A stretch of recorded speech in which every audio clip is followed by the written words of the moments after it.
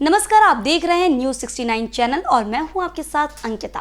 चलिए रुक करते हैं खबरों की ओर। राहुल गांधी कल इंदौर 11 बजे पहुंचेंगे, 11:30 बजे शाहजहांपुर में संबोधित करेंगे। सरकार से कई सवाल पूछेंगे। राहुल गांधी किसानों पर गोली क्यों चलाई गई? एमपी में बेरोजगारी क्यों दर दर भटक रहे? 45 लाख बच्चों की यूनिफॉर्म घोटाला, पटवारी घोटाला व्यापम, महिला अत्याचार समेत कई मामलों पर सरकार से सवाल पूछेंगे राहुल गांधी। सरकार को देना होगा जवाब। अब उल्टी गिनती बीजेपी सरकार की शुरू हो गई है। हाथ पर हाथ रख बैठी है सरकार। उज्जैन कांड के बाद एक और दिल दहला देने वाली घटना सामने आई है। अब कटनी में आदिवासी युवती की लाश मिली, बलात्कार कर हत्या की गई। 3 दिन पहले घर से निकली पर पहुंची नहीं। कुछ दिन पहले ही सगाई हुई थी, शादी होने वाली थी। आदिवासियों महिलाओं का जीवन एमपी में अंधेरे में है। अब सड़कों पर निकलने में डर लगता है। कांग्रेस महिलाओं की लड़ाई सड़कों पर लड़ेगी। कांग्रेस की सरकार में महिलाओं की भागीदारी बढ़ेगी। कैबिनेट में मंत्री पद के साथ टिकट में भी भागीदारी अच्छे अनुपात में होगी। भोपाल से न्यूज 69 के लिए आदिल खान की रिपोर्ट। मीडिया के सभी साथियों का स्वागत है, अभिनंदन है। आज की प्रेस वार्ता 2 प्रमुख विषयों पर मैं करना चाहती हूँ और सिलसिलेवार तरीके से इन दोनों मुद्दों पर अपनी बात रखूंगी और फिर आप सभी के प्रश्नों का स्वागत है। तो आज की बात इन पंक्तियों के साथ शुरू करती हूँ कि हो पाँव में जिसके ताकत वो चल के रहता है, हो पाँव में जिसके ताकत वो चल के रहता है, दुश्मन लाख गिराए संभल के रहता है, और वो जिस चिराग में शिद्दत लौ जलाने की हवाएं लाख बुझाएं वो चल के रहता है। तो राहुल गांधी जी चले, करीब 3600 किलोमीटर चले, पैदल चले, और उन्होंने ये ठाना कि देश के नब्ज को टटोलना है। उन्होंने ये ठाना कि भारतवासियों की समस्याओं को, कष्ट को, पीड़ा को, वेदना को, परेशानियों को खुद व्यक्तिगत रूप से स्वयं महसूस करना है कि भारत की विविधता, बहुलता, अनेकता में एकता, गंगा जमुनी तहजीब को जिंदा रखना है। उन्होंने ठाना कि भाजपा और संघ के नफरती फरमान के खिलाफ मोहब्बत की दुकान खोलनी है। नफरती फरमान भाजपा का, संघ का, मोहब्बत की दुकान कांग्रेस की। और उन्होंने ये भी ठाना कि कन्याकुमारी से कश्मीर तक भारत को जोड़ते हुए चलना है, और इसीलिए एक कदम बढ़ाया भाईचारे के लिए, एक कदम बढ़ाया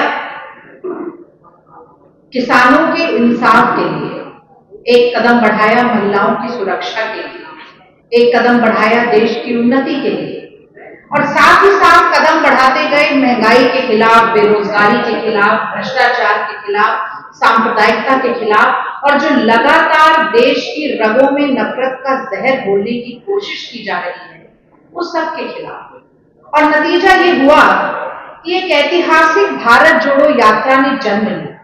और बहुत गर्व के साथ मैं ये बात कहती हूँ कि भारत जोड़ो यात्रा जब मध्य प्रदेश में आई तो कांग्रेस पार्टी ने मुझे मध्य प्रदेश भारत जोड़ो यात्रा का मीडिया प्रभारी बनाकर भी भेजा था, और यहां पर अभूतपूर्व स्वागत भारत जोड़ो यात्रा का मैंने अपनी आंखों से देखा। दलित हो, आदिवासी हो, पिछड़ा समाज हो, नौजवान हो, बुजुर्ग हो, महिला हो, पुरुष हो, बच्चे हो, लाखों हजारों की संख्या में राहुल गांधी जी के साथ कदम से कदम, कंधे से कंधा और आवाज से आवाज मिलाकर चलने के लिए तैयार।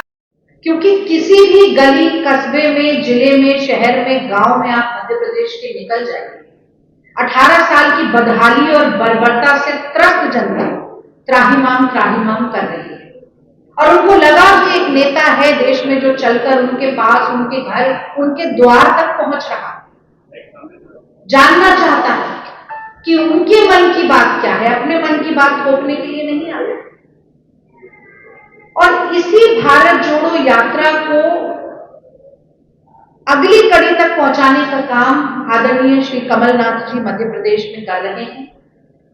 उनके नेतृत्व में, रणदीप सुरजेवाला जी के नेतृत्व में, और 7 बड़े नेता जो कांग्रेस पार्टी के हैं, उनके नेतृत्व में जन आक्रोश यात्रा 11,000 किलोमीटर की जन आक्रोश यात्रा निकल रही है। तो गोविंद सिंह जी 1600 किलोमीटर यात्रा को लेकर जा रहे हैं, अरुण यादव जी 1700 किलोमीटर, कमलेश्वर पटेल जी ने 1900 किलोमीटर का बीड़ा जो है वो उठाया हुआ है, अजय सिंह राहुल जी 1400 किलोमीटर, सुरेश पचौरी जी भी 1400 किलोमीटर की यात्रा निकाल रहे हैं, कांतिलाल भूरिया और जीतू भाई 1700 किलोमीटर लेकर जा रहे हैं। और इसी जन आक्रोश यात्रा में बहुत से ऐसे सवाल हैं।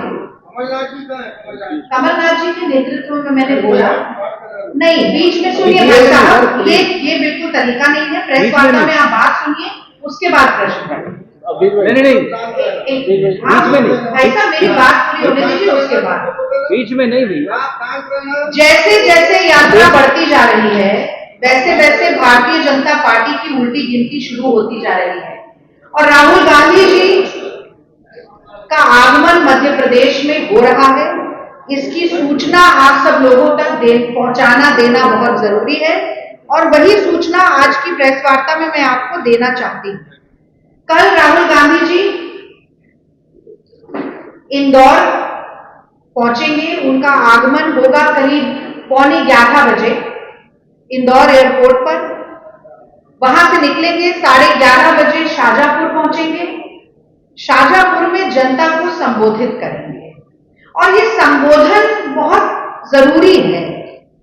न सिर्फ उसमें कांग्रेस पार्टी की जो सरकार यहां पर चली उसने क्या क्या जनता के हक और हुकूक के लिए, अधिकार के लिए किया और जो 18 साल के कुशासन वाली शिवराज सिंह की सरकार है उसने क्या नहीं किया। अगर हम सरकार में आते हैं तो हम और क्या क्या करेंगे, इन सब पर बात। और मुझे लगता है कि जो जनता के प्रतिनिधि बनकर आज भारतीय जनता पार्टी सत्ता पर काबिज है मध्य प्रदेश में, उनसे राहुल गांधी जी जरूर ये बात पूछेंगे कि अगर किसान फसलों की कीमत मांगता है तो आप उसके सीने में गोली क्यों उतारते हैं? आपने नौजवानों के भविष्य को व्यापक और पटवारी घोटाले की भेंट क्यों चढ़ा दी कि एक तरफ आपके नेता आदिवासियों के मुंह पर पेशाब करते हैं और दूसरी तरफ शिवराज सिंह जी आप 3,22,000 पट्टे आदिवासियों के निरस्त करके उनको बेदर बेघर भटकने के लिए मजबूर कर देते हैं। ऐसा क्यों है कि 45 लाख बच्चों की स्कूल यूनिफॉर्म का पैसा खाते हुए आपको शर्म नहीं आती कि आयुष्मान योजना में मुर्दों के इलाज के नाम के पैसे भी आपके भ्रष्टाचार की भेंट चढ़ जाते हैं। और महिलाओं के ऊपर जुल्म की तो बात ही हम क्या करें। 18 साल में 58,000 से ज्यादा मध्य प्रदेश की बहन बेटियों के साथ बलात्कार होता है। 67,000 से ज्यादा महिलाएं मध्य प्रदेश में गायब हो जाती हैं, अपहरण हो जाता है, गुमशुदगी हो जाती है और कोई पता ही नहीं चलता। 50,000 बेटियों की फर्जी शादी दिखाकर उसका पैसा भी सरकार हड़प कर ले जाती है। रोज 18 महिलाओं का बलात्कार मध्य प्रदेश में हो रहा है। इन सभी सवालों को पूछना और शिवराज सिंह जी को कटघरे में खड़ा करना ये बहुत जरूरी है और ये सारे सवाल कल राहुल गांधी जी उठाने वाले हैं। और मेरा अनुरोध है कांग्रेस पार्टी की तरफ से कि मीडिया के सभी हमारे साथी, हमारे बंधु, ऑल द मीडिया पर्सनल्स, आप सभी लोग वहां पहुंचे और राहुल गांधी जी की बात को मध्य प्रदेश के और देश की भी जनता तक पहुंचाने का, हर गली कस्बे गांव तक पहुंचाने का काम जरूर है। और इसी तरह की और खबरें देखने के लिए बने रहे हमारे साथ, देखते रहिए न्यूज़ 69 चैनल। जब तक के लिए धन्यवाद।